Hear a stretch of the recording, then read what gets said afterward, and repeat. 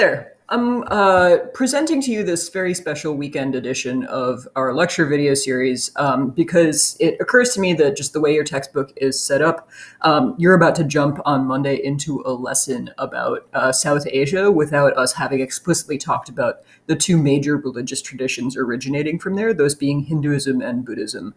So I'm going to say just a little bit about those two traditions so you have a little bit of context for the cultural situation that we're jumping into in 1200 or so. Let's start with Hinduism, about which there are very many misconceptions. The first of which is that it is a coherent belief system for the entire very lengthy history of South Asia. But I'll get to that in a second.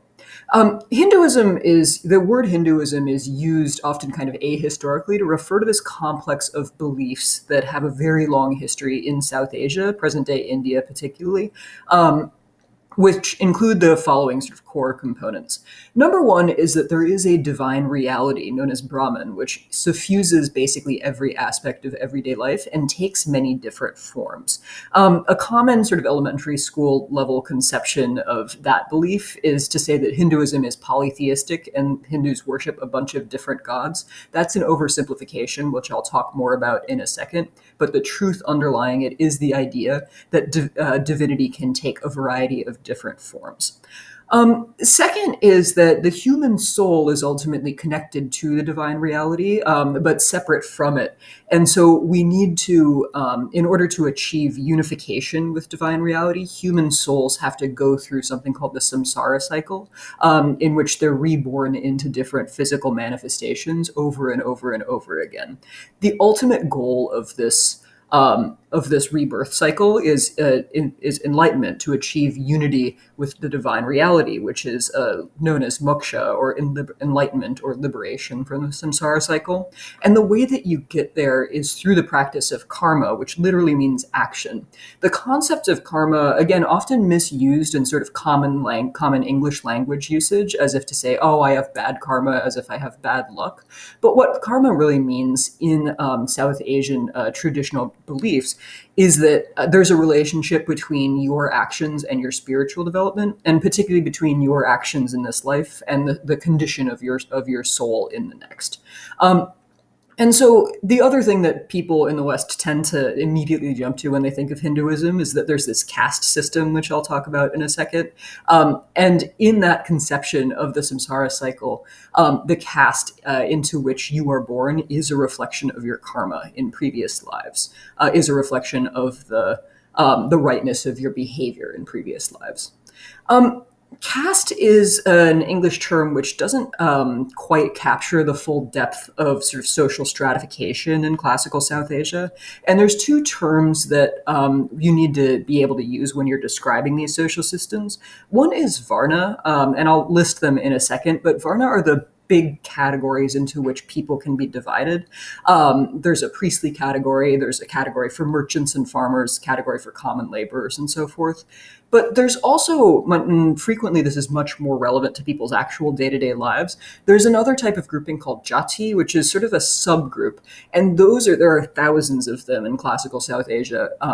And they reflect a huge number of different occupations. They vary from location to location. The position of a jati might shift over time. A new one might be established if a group moves into an area. So that's a much more nuanced system of classification that doesn't quite fit with our stereotypes from coming outside of South Asia about how the caste system works. As I've hinted, there are a number of misconceptions in the common American perception of Hinduism that I think need to be addressed. The underlying message of which is things are never as simple as they seem. First, as I said earlier, it's really common to characterize Hinduism as a polytheistic religion. That's usually the example that people give when they're introducing the terms polytheism and monotheism. But I think it's actually more appropriate to describe Hinduism as a monistic faith, meaning that there are many different manifestations of the divine spirit in our lives, and those might take different physical forms. They might be represented in different pieces of art or as having different characteristics. But ultimately, those are all manifestations of of the same unified spirit known as Brahman. And so to say that there are all these different gods who act sort of piecemeal, separate from each other, or might compete with each other in the Greek or Roman style, is a mischaracterization of sort of Hindu theology. Second, to be honest, even the term Hinduism in the period that we're talking about is kind of inappropriate. The term Hindu is applied to people in South Asia by outsiders, originally by Greeks and Persians, just referring to those people across the Indus River. So it's not even a religious characterization, it's a geographical characterization. Later on, if we fast forward, British imperialists in the 18th, 19th century will start trying to, as they're colonizing India and becoming more intimately involved with its life, they'll start to codify and try to nail down some of the religious beliefs that are common in this territory that they've suddenly established political authority over. And so a lot of the kind of codification of Hinduism into a fixed set of beliefs and practices is actually a much more recent development. And so I think it might be more appropriate to think about Hinduism as a collection of traditions than as a unified belief system. And in stark contrast to, say, the Roman Catholic Church, there's much less of an established hierarchy in classical South Asian religious traditions. The third thing is that there's a line in sacred Hindu texts that gives sort of a metaphor or an origin story for the four major varnas, which says that they originated, were created from different parts of the Brahma's body. And so the Brahmins, who are the priestly caste, the highest in society, originate from his head. The Kshatriyas, who are warriors and people who exercise political authority, originate from his arms. The Vaishyas, who do labor like farming and trading, originate from his thigh. And then the Sudras, who do labor, originate from his feet. And then, as you might also know, there's another group of people who are considered to be entirely outside of the caste system, sometimes slightly inaccurately referred to as the untouchables. A more common term in use today is the Dalits, who do work that's regarded as ritually impure, such as handling human waste and dead bodies. And so that's the kind of high level depiction of Varna, but it's just considerably more complicated than that, particularly because membership in a jati has a lot more specific implications for a person's life, and there's a little bit more flexibility in the jati system than this kind of representation, as a metaphorical representation, might imply. Last thing is that caste, it's extremely unlikely that caste just sprung up out of nowhere, that these sacred texts of Hinduism were authored and circulated and recited, and then all of a sudden people suddenly started grouping themselves into these different big buckets from which you can never escape in one lifetime. It seems more likely that there's a back and forth relationship between the existing stratification of society and the religious ideology that emerges in order to justify and reinforce that stratification. So I hope you don't walk around with the misconception that classical South Asia was this egalitarian paradise, and all of a sudden the thing called Hinduism came along and everybody was sorted into one of these 4 or 5 castes, because that would be, I think, sort of a ahistorical way of thinking about it. The other major belief tradition that we need to deal with when we're thinking about South and Southeast Asia is Buddhism, which we've talked about a little bit in the Chinese context. But I mentioned when I did your Intro to China lecture that Buddhism is not originally native to China, which is in fact something that lots of different Chinese rulers will use as a cudgel against Buddhism to criticize it or claim that it's subversive. So let's back up a little bit to the origin story for Buddhism. Sometime in the 5th century BCE, in North India, a prince named Siddhartha, the story goes, has lived this he's a young guy and he's lived this very comfortable life with all of these material things, and suddenly he experiences suffering. He witnesses that there are people around him who experience suffering in their lives, and this casts him into a crisis. And so he gives up his jewels, he cuts his hair short, he goes off in pursuit of, to meditate and to think about how society got to be that way, and he emerges with the conclusions that will ultimately become the founding beliefs of Buddhism, and he'll be regarded in generations afterwards as the Buddha, the original enlightened one. Some key beliefs of Buddhism, some of which will sound familiar if we just thought about Hinduism, some of which are new or directly opposed to key Hindu beliefs. Buddhism does retain that basic concept of reincarnation, that the human soul is manifested in different physical forms, and the ultimate goal of enlightenment or liberation. The Buddhists use the term nirvana, where the Hindus use the term moksha. And so there's that same belief that you're trapped in a cycle of suffering, of reincarnation, until you can achieve enlightenment in some way and be liberated from that cycle. Buddhists attach a specific emphasis to the idea that wanting things, desiring things, being attached to things is the root of all suffering. And so Buddhist practice, as a corollary of that, often emphasizes the importance of letting go of your desires, on your worldly desires on earth, in order to achieve a state of higher spiritual enlightenment and understanding. The other thing that Buddhists emphasize that really kind of gets them in trouble with the existing Brahmin authorities in South Asia is that anybody can achieve enlightenment.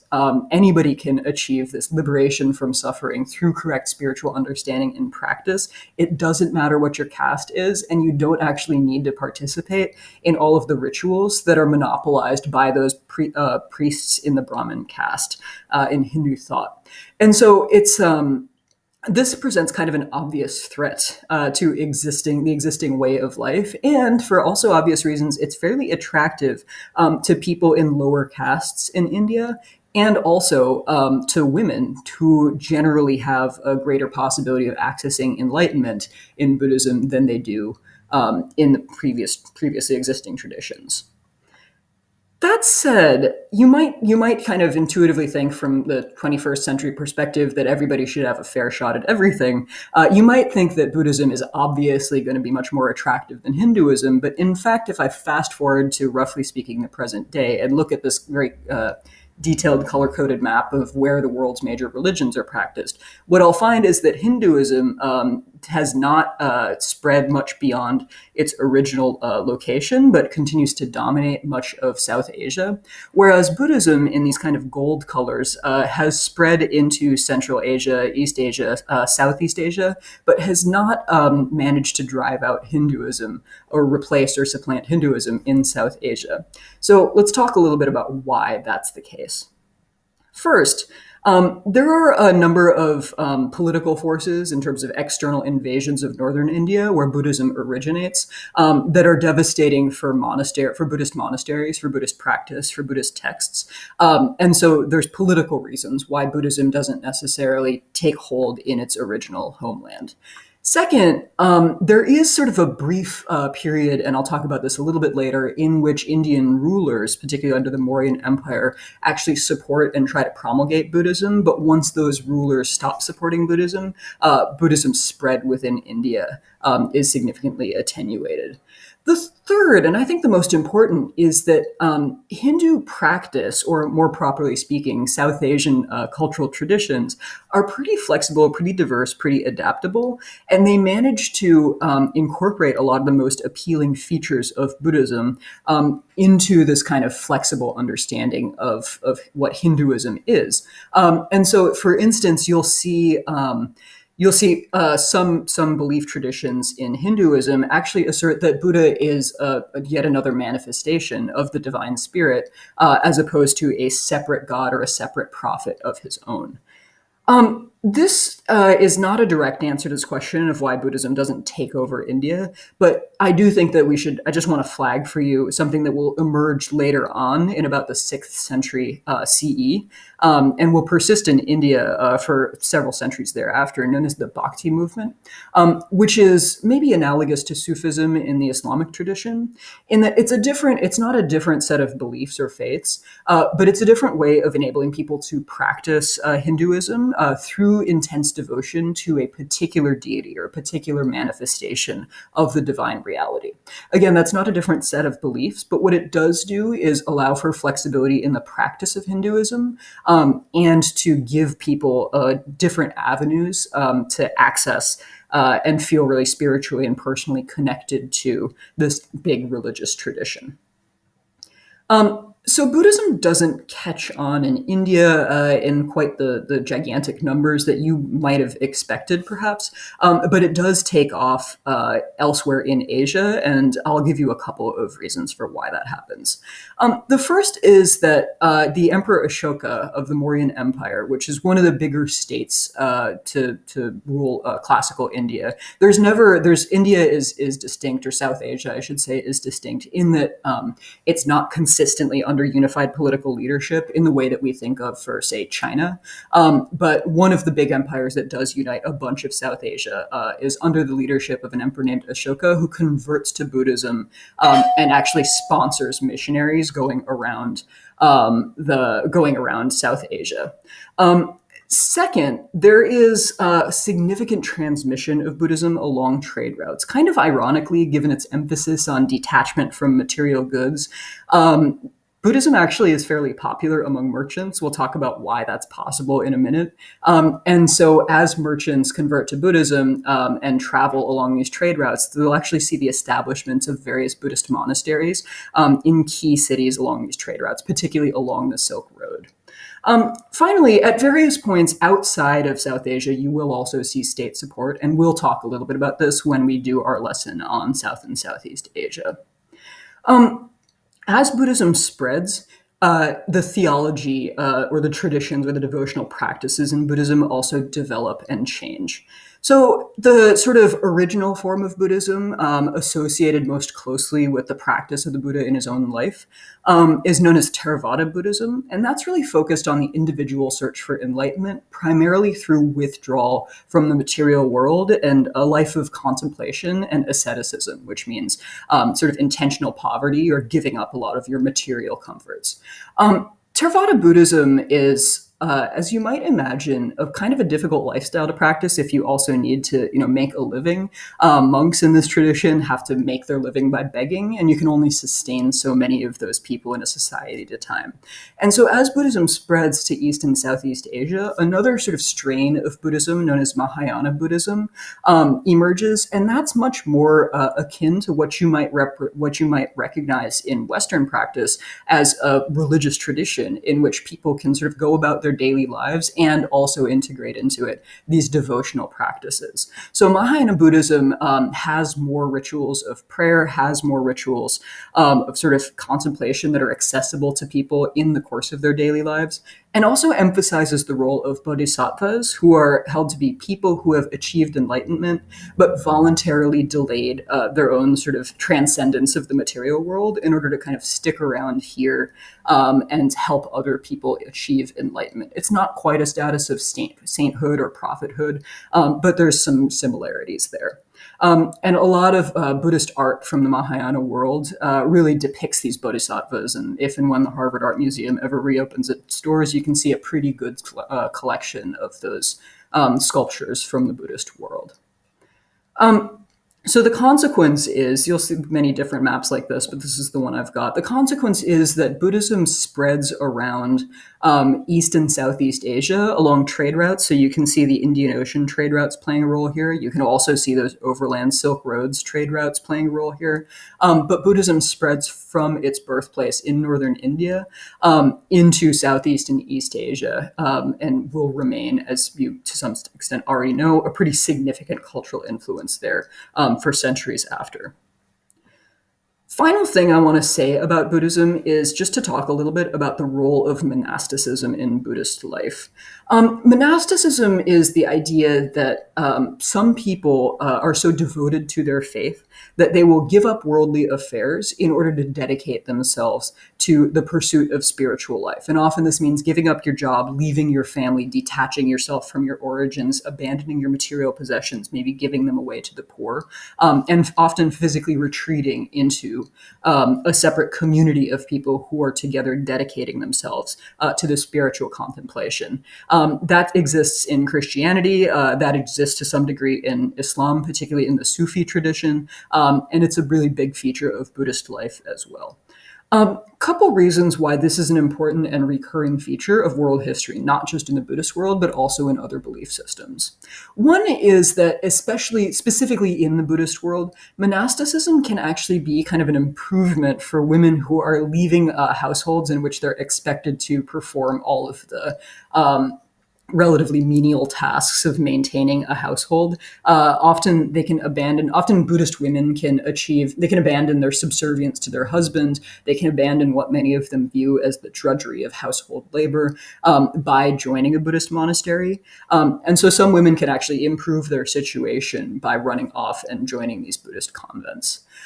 Second, monasteries are key centers of missionary activity. And one important difference in world history terms between Buddhism and Hinduism is that Buddhism is much more of a missionary religion. It's much more interested in actively converting people because it has that emphasis that everybody can achieve enlightenment through proper spiritual practice. So as these monasteries spread, especially along trade routes, they also help convert people to Buddhism and spread the ideas and practices of the Buddhist tradition. Finally, and again, kind of ironically, some monasteries will actually become both politically independent and materially wealthy. And there's a really delightful document that we might or might not look at in class. That's a series of codes of behavior, sort of a penal code for monks at a particular monastery along the Silk Roads. And it establishes penalties for monks for doing things like hitting each other or behaving poorly.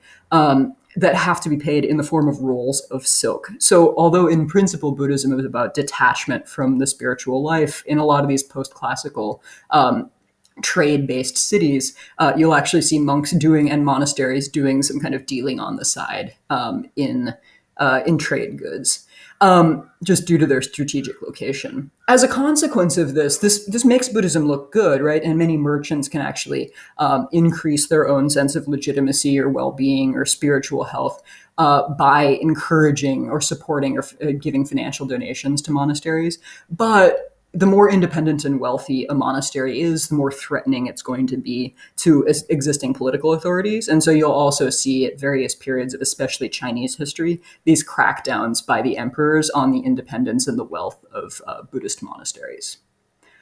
That's all for now. We'll have plenty more to talk about, particularly in the political and economic themes when we next meet about South and Southeast Asia.